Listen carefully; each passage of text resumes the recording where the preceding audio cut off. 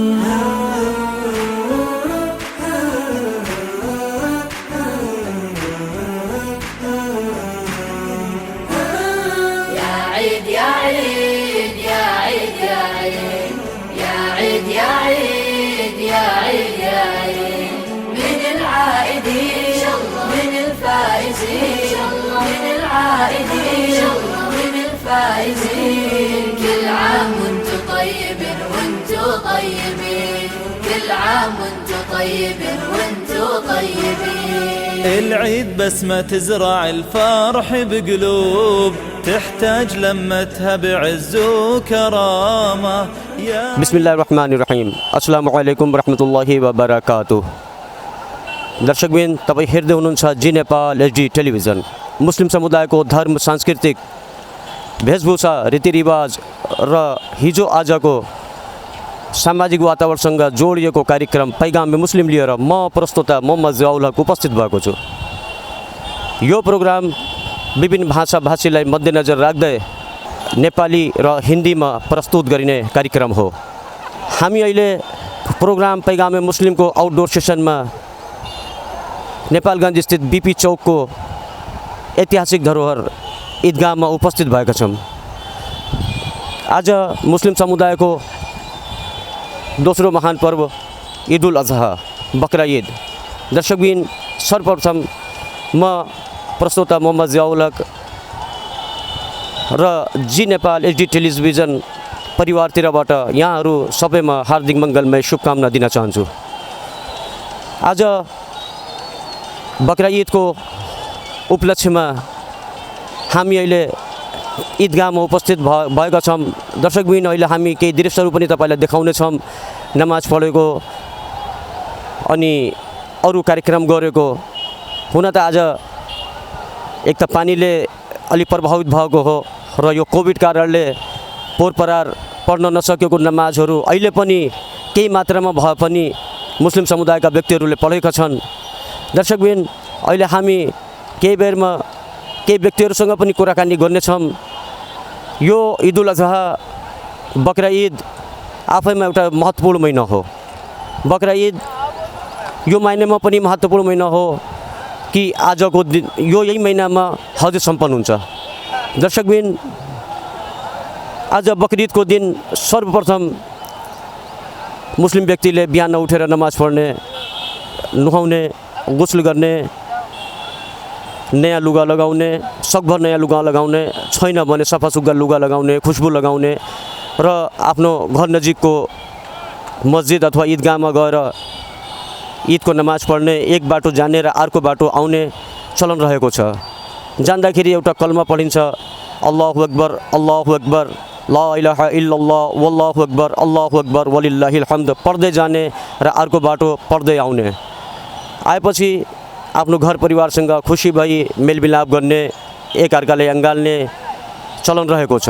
तर यो केही वर्षदेखि कोभिडले गर्दा स्वास्थ्य मापदण्डको कारणले अँगाल्ने र हात मिलाउने यो चाहिँ बिल्कुल अहिले बन्देज भएको छ। एकअर्कामा सलामको मात्रै साटासाट गरेर मुबारकबाद दिने हामीले देखेका छौँ। दर्शकबिन आउनुहोस् केही बेरमा हामी केही व्यक्तिलाई तपाईँलाई जोड्नेछौँ, यहाँ उनीहरूसँग पनि केही प्रतिक्रिया लिनेछौँ। अहिले तपाईँ ईदगाहको दृश्य पनि हेर्दै हुनुहुन्छ र अहिले भर्खर नमाज पनि लगभग सिद्धिएको अवस्था छ। यहाँ अहिले केही व्यक्ति हुनुहुन्छ, अहिले हामी पानी परेको अवस्था छ सबै यताउति, अनि त्यसपछि हामी कुराकानीको क्रम अगाडि बढाउनेछौँ।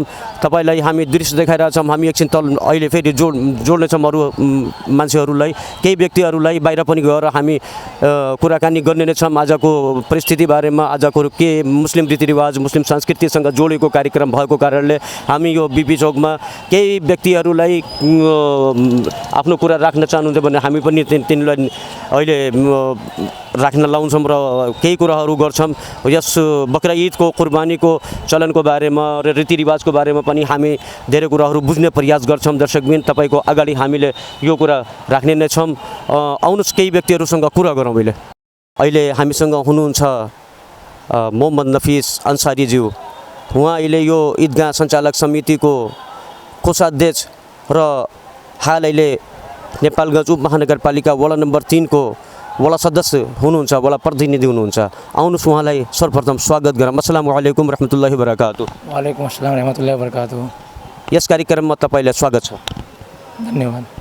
आज ईद उल अजहा बकरा ईद हामीले मनायौँ, अहिले हामीले नमाज पढेर सम्पन्न गऱ्यौँ।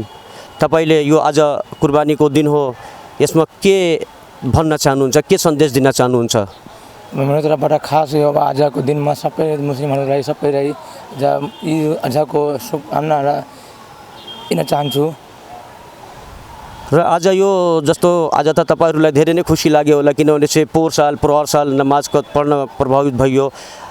अहिले पनि त्यति त नभनौँ तर थोरै मात्रामा भए पनि हामीले र हजुरहरूको यो प्रयासले जामा मस्जिद र ईदगाह सञ्चालक समितिको प्रयासले थोरै मात्रामा भए पनि बकरिदको नमाज हामीले सम्पन्न गऱ्यौँ। अनि यो बारेमा के भन्न चाहनुहुन्छ तपाईँले? अब यो के भन्नु, अब यो लकडाउनले गर्दा अब अहिले पनि त्यो लकडाउन लागेको छ, 7 देखि 9सम्म लागेको छ, 9 देखि 7सम्म लागेको लकडाउन लागेको छ।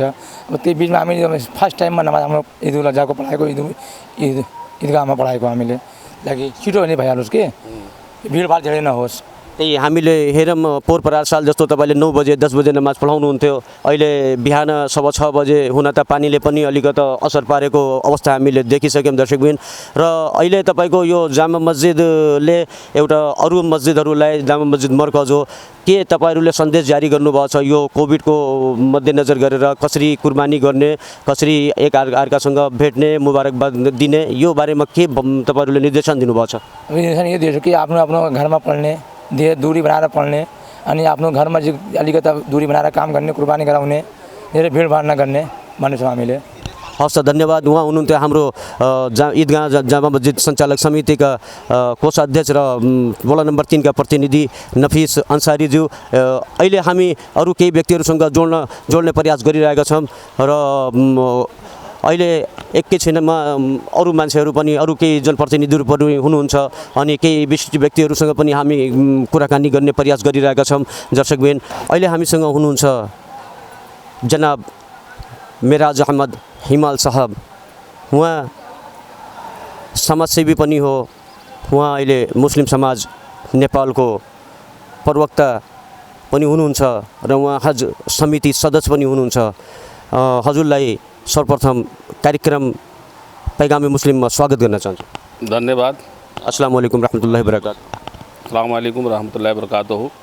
सर्वप्रथमतमा आज पढ्न गएको ईद उल अजहा बकरा ईद को सम्पूर्ण देशवासीहरूमा, सबै धर्मावलम्बीहरूमा यस महापर्वको हार्दिक मङ्गलमय शुभकामना मुबारकबाद व्यक्त गर्दछु।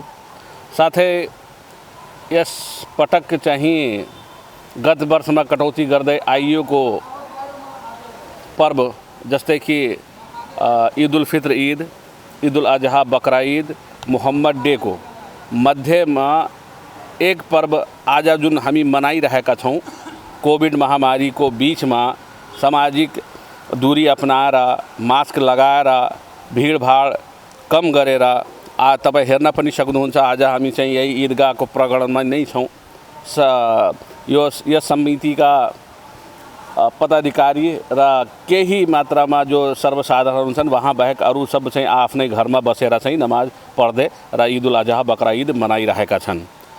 म के भन्न चाहन्छु कि देउवा नेतृत्वको सरकारले जो हालै चाहिँ शपथ लिनुभएको छ उहाँलाई सफल कार्यकालको हार्दिक मङ्गलमय शुभकामना समेत व्यक्त गर्दछु। साथै यस ईद उल अजहा बकरा ईद महापर्वको उहाँले दिनुभएको सार्वजनिक राष्ट्रिय बिदा यस महापर्वको लागि म उहाँले हार्दिक धन्यवाद पूरा समुदायको तर्फबाट व्यक्त गर्न चाहन्छु।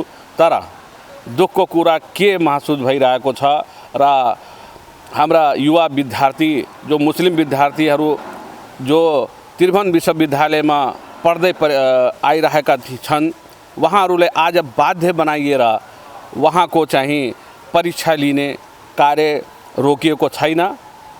उहाँहरूलाई आफ्नो घर परिवारबाट टाढा भएर ईद उल अजहा पर्व मनाउन बाध्य बनाइएको छ। यसको लागि म अफसोस समेत व्यक्त गर्दछु। यसको बारेमा बारम्बार निरन्तर एक हप्तादेखि निरन्तरै चाहिँ हामी पुरै समुदायका अगुवा तमाम भारत सङ्गठन सङ्घ सङ्गठनहरूले समेत आवाज उठाएकै हुन् तापनि सम्बन्धित व्यक्ति सम्बन्धित संस्थाहरूले यस तरफ ध्यान आकर्षण नजानु एकदम दुःखद हो।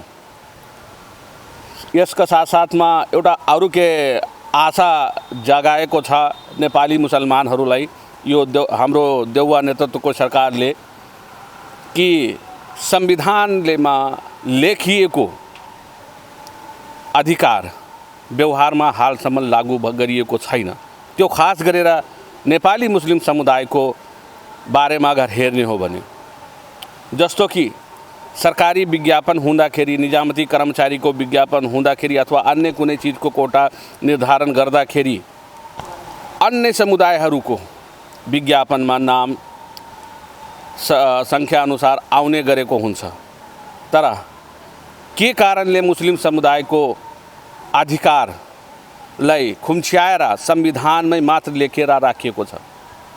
के नेपाली मुसलमानलाई निरङ्कुश तन्त्रसरा जुन तरिकाले चाहिँ 250 वर्षसम्म चाहिँ पछाडि पारिएको थियो राज्यको तर्फबाट त्यही आधारमा चाहिँ यो हाम्रो गणतन्त्र धर्मनिरपेक्ष भनिने नयाँ नेपालमा समेत चाहिँ मुस्लिम समुदायको साथमा यस्तो व्यवहार गरिने हो?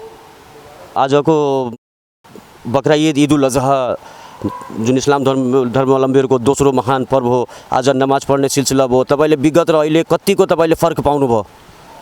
यस सिलसिलामा अगर हेर्ने हो भने विगत हर्षोल्लासमै मनाइने पर्व हो।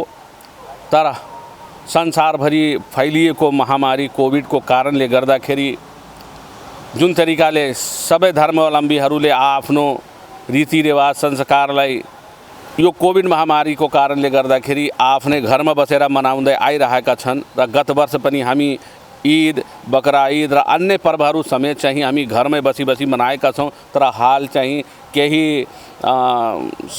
चाहिँ सुधार भएको कारणले गर्दाखेरि चाहिँ हामी यस संस्थाका पदाधिकारी र केही सर्वसाधारण बाहेक त्यो हिसाबले हामी खुल्ला रूपले पढ्न पाएका छैनौँ। र सबभन्दा ठुलो के हो, हामी बाँच्यौँ भने सबै किसिमको पर्व मनाउन पाउनेछौँ। यस बारेमा चाहिँ उपाय त्यही नै हो कि हाल जुन डाक्टरहरू चिकित्सकहरूको सल्लाह रहेको छ मास्क सेनिटाइजर यो सब प्रयोग गर्दै र सामाजिक दूरी अपनाउने यो सबै अपनाउने अब भिडभाडमा हामी हिँड्यो भने त्यो सब अपनाउन सकिँदैन।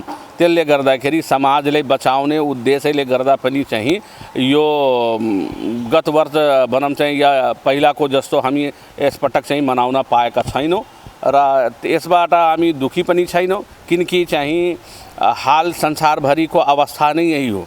संसारमा जुन हिसाबले यो महामारी फैलिएको छ र भयानक रूप लिइसकेकै हो र त्यसपछि अब तेस्रो लहरको सम्भावना समेत भनिएका छ मिडियाहरू मार्फतले गर्दाखेरि त्यस सब जबसम्म सुधार हुँदैन तबसम्म चाहिँ हामी खुल्ला रूपले यसरी चाहिँ चाहिँ हामी जस्तो हामी मनाउँदै आइरहेका थियौँ पर्वहरू त्यो हिसाबले हामी मनाउन सक्ने छैनौँ। हजुर हज समितिको सदस्य पनि हुनुहुन्छ। जस्तो अब यो संसारभरि नै जुन महामारी एउटा फैलिएको अवस्था छ, विगतमा पनि साउदी अरबको गभर्मेन्टले कसैलाई एलाउ गरेन, अहिले पनि कसैले ऊ गर्न दिएन। जम्मी 50-60 जना 50-60 हजार मान्छेले हज गर्न मात्र पाए। नेपालबाट पनि 1000, 2000, 3000 को सङ्ख्यामा यहाँहरू हाजी जाने गर्थे। तिनीहरू अहिले वास्तवमा पीडामा छन्, केही दुःख लागेको छ, तर के गर्ने मजबुरी हो। तर तपाईको समितिले भोलिको दिनमा अझै राम्रो भयो भने के कस्तो कदम उठाउनेछ? अब संसारभरि अब मैले भने नि संसारभरि फैलिएको कोरोना महामारीको कारणले गर्दाखेरि र WHO को सल्लाह सुझाव अनुसार चाहिँ साउदी गभर्मेन्टले अपनाएको बाटो त्यो एक हिसाबले भएर भने त्यो सही पनि हो, किनकि अब संसार को सँगमै हिँड्नु पर्ने अवस्था हो। अब जुन दिशा निर्देशन WHO ले दियो त्यो त्यही अनुसार मानेर साउदी सरकारले चाहिँ हज मन्त्रालयले त्यो आफ्नो यहाँ निर्धारण गरेर साउदी नागरिक बाहेक र साउदीमै बसोबास गर्दै आएका विभिन्न मुलुकका चाहिँ नागरिकहरूलाई हज गर्ने व्यवस्था मिलाइएको थियो। त्यो चाहिँ लगायत 50,000 देखि 60,000 जनाले हज गर्दैछन्, त्यहाँ गरिरहेका छन्। जस्तो संसारभरिकै अन्य हाजीहरू अरू मुलुकका हाजीहरूलाई रोकिएको मात्र नेपालका हाजीहरूलाई यो होइन कि चाहिँ त्यहाँको लागि त्यस्तो प्रतिबन्ध लगाइएको हो। यो कोरोना महामारीले कारणले गर्दाखेरि यस वर्ष र गत वर्ष पनि यस्तै भएको हो। यो सबै संसारभरिकै चाहिँ ठाउँबाट आउने जावत गर्ने चाहिँ हाजी यात्रीहरूको लागि यो रोक लगाइएको र आगामी हामीहरूको चाहना के हो, जस्तै कि हामी हज यात्रा गराउन सकेनौँ यो कोरोना महामारीले गर्दाखेरि, त हामीहरूको प्रथममा पर्ने योजनाहरूमा चाहिँ सबभन्दा पहिला चाहिँ काठमाडौँ स्थित ठाउँ हेरेर चाहिँ हज हाउस निर्माण गराइदिने, हाजीहरूको बास बस्ने स्थानलाई व्यवस्था मिलाउने तर्फ हामीहरू चाहिँ अग्रसर भएर लागेका छौँ। इन्शाअल्लाह तपाईँहरूले समेत यसको लागि दुआ गर्नुहोस्, हाम्रो प्रयास सफल होस्, ये भन्न चाहन्छु। धन्यवाद मेरा जमद हिमालज्यू। उहाँ अहिले हामीसँग हुनुहुन्थ्यो। उहाँले हजको बारेमा पनि आउने वर्षमा अवश्य नै नेपालबाट हाजीहरू जाने नै छन् भन्ने आशा पनि व्यक्त गर्नुभएको छ। हामीले पनि दुआ गर्छौँ कि समग्र संसार फेरि त्यही प्लेटफर्ममा फर्कियोस् र राम्रो होस्। अनि हामीसँग यही कुराकानीको क्रममा हामीसँग एकजना विशिष्ट व्यक्तित्व हुनुहुन्छ, पूर्व सांसद प्रतिनिधि सभा सदस्य र पूर्व मान्य जनाब अब्दुल हमीद सिद्दीकी भोलाज्यू। आउनुहोस् उहाँलाई स्वागत गरौँ। अस्सलाम वालेकुम रहमतुल्लाहि वबरकातुहू। वालेकुम अस्सलाम रहमतुल्लाहि वबरकातुहू। यो कार्यक्रममा हजुरलाई स्वागत गर्दछु। धन्यवाद। आज ईदुल अजहामा तपाईले के भन्न चाहनुहुन्छ? आज मुस्लिम समुदाय को यो धार्मिक महान पर्व ईदुल अजहा अर्थात् बकरीद को दिन सम्पूर्ण देशवासीहरूमा, नेपाल र नेपाली जनतामा सुख शान्ति, देशमा पनि अमन शान्ति होस् र मेरो व्यक्तिगत तर्फबाट र सम्पूर्ण मुस्लिम समुदायको तर्फबाट म मुबारकबाद दिन चाहन्छु। साथै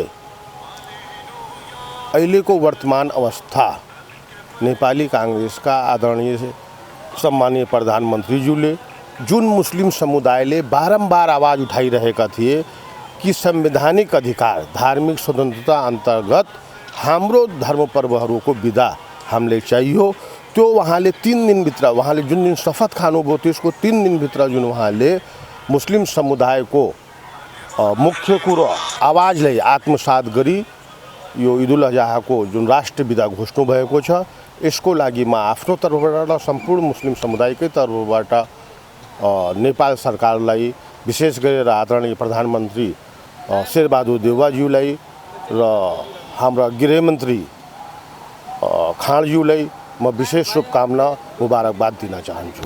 धन्यवाद मान्यज्यू। दर्शकबिन, अहिले हामीसँग हुनुहुन्थ्यो पूर्व प्रतिनिधि सभा सदस्य अब्दुल हमीद सिद्दीकी भोलाज्यू। अब यही प्रतिक्रिया लिने क्रममा हामीसँग हुनुहुन्छ मदरसा बरकातिया को प्रमुख जनाब अब्दुल जब्बार मन्जरी साहब। हामीले केही कुराकानी उहाँसँग गर्नेछौँ। आउनुहोस् उहाँलाई यस प्रोग्राममा स्वागत गरौँ। आपको खुश आमदीद कहते हैं। खुश आमदीद, धन्यवाद। आप हजरात इस ईद के मौके पर यहाँ आए और कुछ बातें मेरी तरफ से पब्लिक के लिए हम पेश करने के लिए आपने जो मुझे अर्ज किया है, उसके लिए मैं आपका शुक्रिया अदा करता हूँ, आपकी टीम का।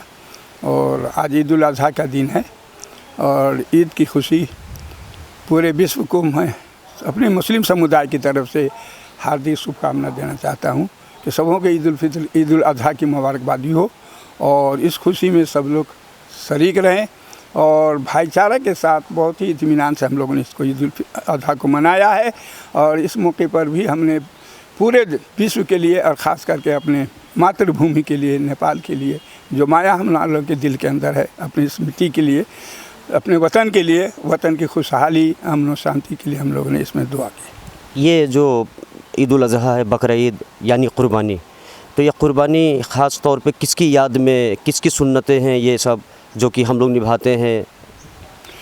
क़ुरबानी जैसा कि नबी करीम सल्लल्लाहु अलैहि वसल्लम ने फरमाया, साहबा ने पूछा था कि माँ हाज़िहिल अज़ाही या रसूलल्लाह, कि ये क़ुरबानी क्या चीज़ है? तो अल्लाह के रसूल सल्लल्लाहु अलैहि वसल्लम जो अंतिम प्रोफिट पैगंबर हैं, उन्होंने कहा कि सुन्नत अबीकुम इब्राहीम, ये तुम्हारे बाप इब्राहीम अलैहिस्सलाम की सुन्नत है।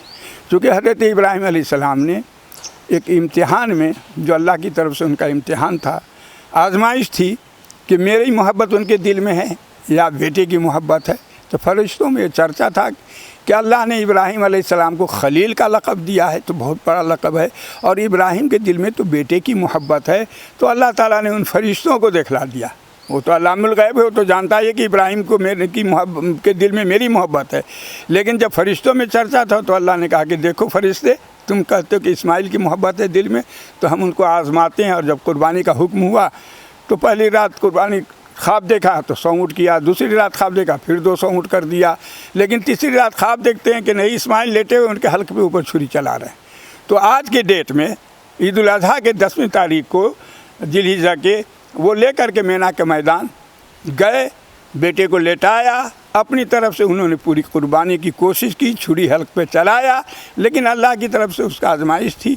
लिहाजा जिब्रील अमीन जन्नत से मेढा लेकर के आए और जिस जगह पे इस्माइल लेटे हुए थे वहाँ पर हज़रत जिब्रील ने मेढे को लेटा दिया और वो छुरी जो हज़रत इस्माइल के हल्क पर इब्राहीम अलैहिस्सलाम चला रहे थे, छुरी मेढे के ऊपर चली और वो कुर्बानी हज़रत इब्राहीम के बदले में मेढे की कुर्बानी अल्लाह ने कबूल किया। और कुरान में अल्लाह ने उसको साबित कर दिया कह करके कि वो फ़दैना हो बेज़िबहिन अज़ीम, हमने एक बड़ी कुर्बानी के एवज़ में उसको बचाया है, एक बड़ी कुर्बानी के एवज़ में उसको बचा लिया है।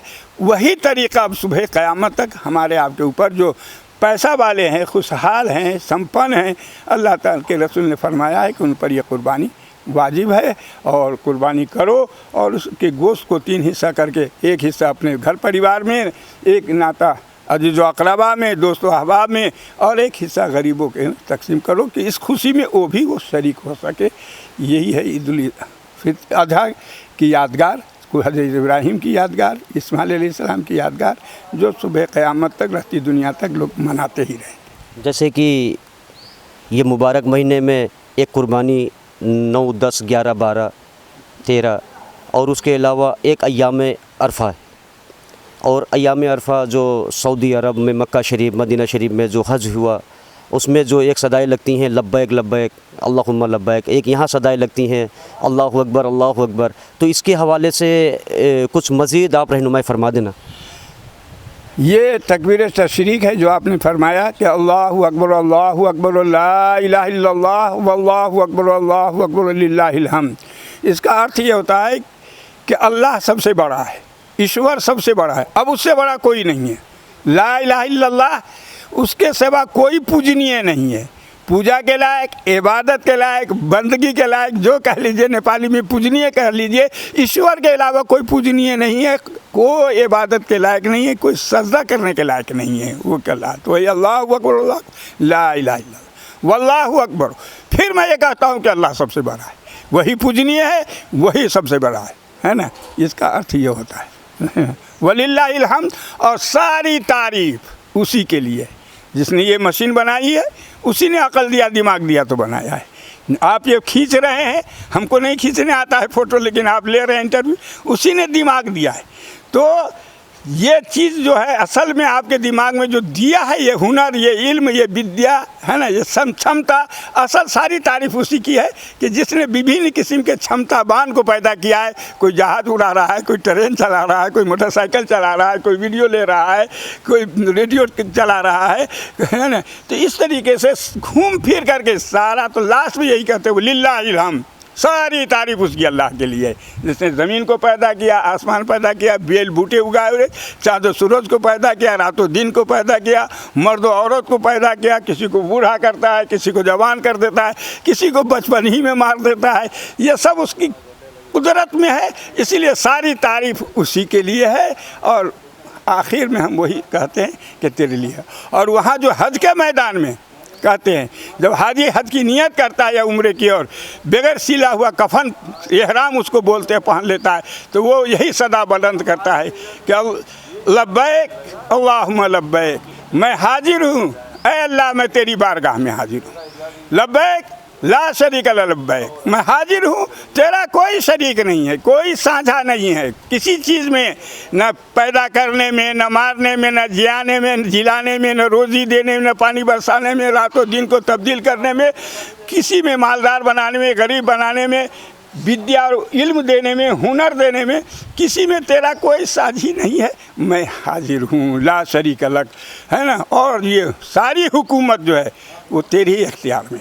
वो जब चाहता है जिसको तख्त पे बैठा देता है, और जब चाहता है कान पकड़ के नीचे उतार देता है, तो फिर वो बच नहीं पाता है। देखा ना अपने नेपाल की हालत क्या हुई, नहीं छोड़ेंगे, नहीं छोड़ेंगे, छोड़ना पड़ा कि नहीं छोड़ना पड़ा जी। तो ये है वे उसके अख्तियार में है। कभी वो गरीब को ताज पहना देता है और कभी ताज वाले को ला करके फुटपाथ पे बैठा देता है, ये उसकी कुदरत है। इसीलिए लास्ट में वही कहता है हाजी अल्लाह मैं हाजिर हूँ, अल्लाह मैं हाजिर हूँ, तेरा कोई शरीक और साझा नहीं है। और हमद जो है, तारीफ़ जो है, ये सब तेरे लिए है। वही उसमें अपनी, चूँकि वो अल्लाह का घर है, पूरी दुनिया के मुसलमानों का वही सेंटर है, मरकज़ है कि जिसकी तरफ हम मुँह करके नमाज़ पढ़ते हैं। हम ये नहीं कहते कि मुँह मेरा पश्चिम की तरफ। दुनिया के सारा मुसलमान यही नियत करता है कि मुँह मेरा तरफ काबा के। कोई पश्चिम तरफ, जैसे काबा पूरब है तो वो पश्चिम रुख पड़ता है ना, कोई उत्तर रुख पड़ता है, कोई दक्षिण रुख पड़ता है। नमाज चौतरफ होती है दुनिया में, और काबे में तो फिर चौतरफ होते ही है। पूरी दुनिया में भी नमाज चौतरफ होती है। जो काबा से पश्चिम होते हैं तो पूर्व रुख नमाज पढ़ते हैं ना जी। हमसे काबा पश्चिम है तो हम पश्चिम रुख पढ़ते हैं, लेकिन हम पश्चिम तरफ नहीं कहते हैं, मुँह मेरा काबा की तरफ कहते हैं।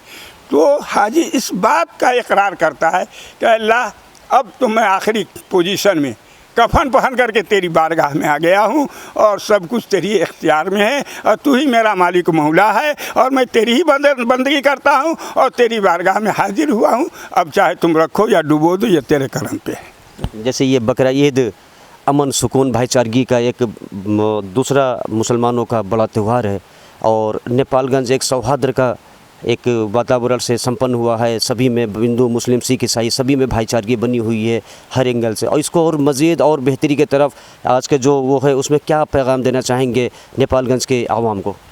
मैं इस मौके पर बहुत अच्छी बात आपने कहा कि एक तो धार्मिक सद्भाव समिति हमारा है, जिसके अध्यक्ष हमारे राष्ट्रीय अध्यक्ष हमारे चंद्रनाथ योगी जी बागेश्वरी मंदिर के मूल महंत जी हैं। उपाध्यक्ष मैं हूँ, और हमारे सरदार जी भी इसमें सदस्य हैं, और क्रिश्चियन के तरफ से ज्योति चर्च के पास्टर भी इसमें हैं, गुम्बा के भी लोग हैं। और हम लोग अपनी तरफ से पूरी कोशिश कर रहे हैं कि यहाँ का सद्भाव, धार्मिक सद्भाव, जातीय सद्भाव, सामाजिक सद्भाव जो नेपाल में 63 साल से चला आ रहा है। 63 से पहले तो बहुत दंगा हुआ, लोगों ने जातीय दंगा भी देखा, सामाजिक दंगा भी देखा, धार्मिक दंगा भी देखा, कर्फ्यू देखा, लूट मार आगजनी सब वो देखा।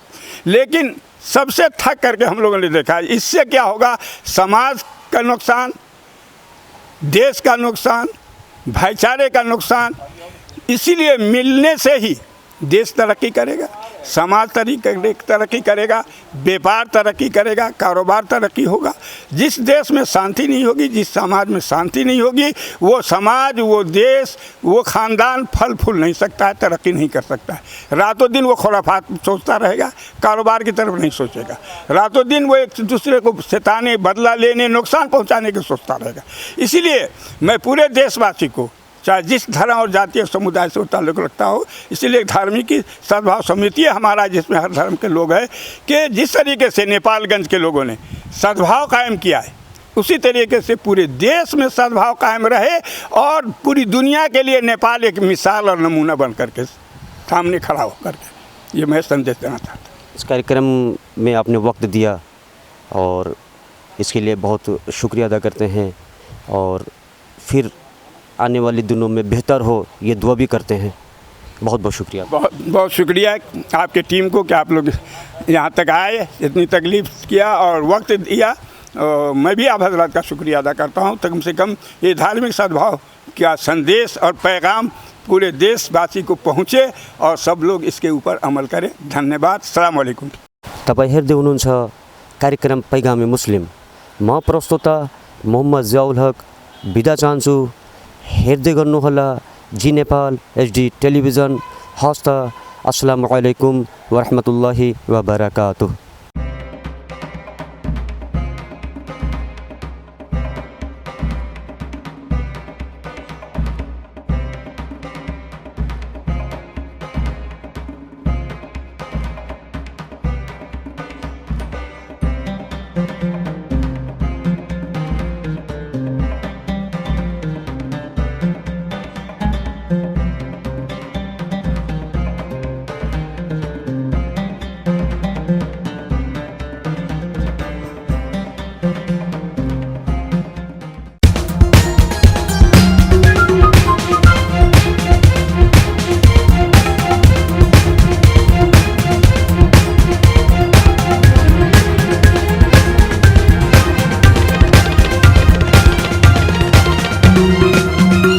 जी नेपाल HD टेलिभिजन अब तपाईँ सँगसँगै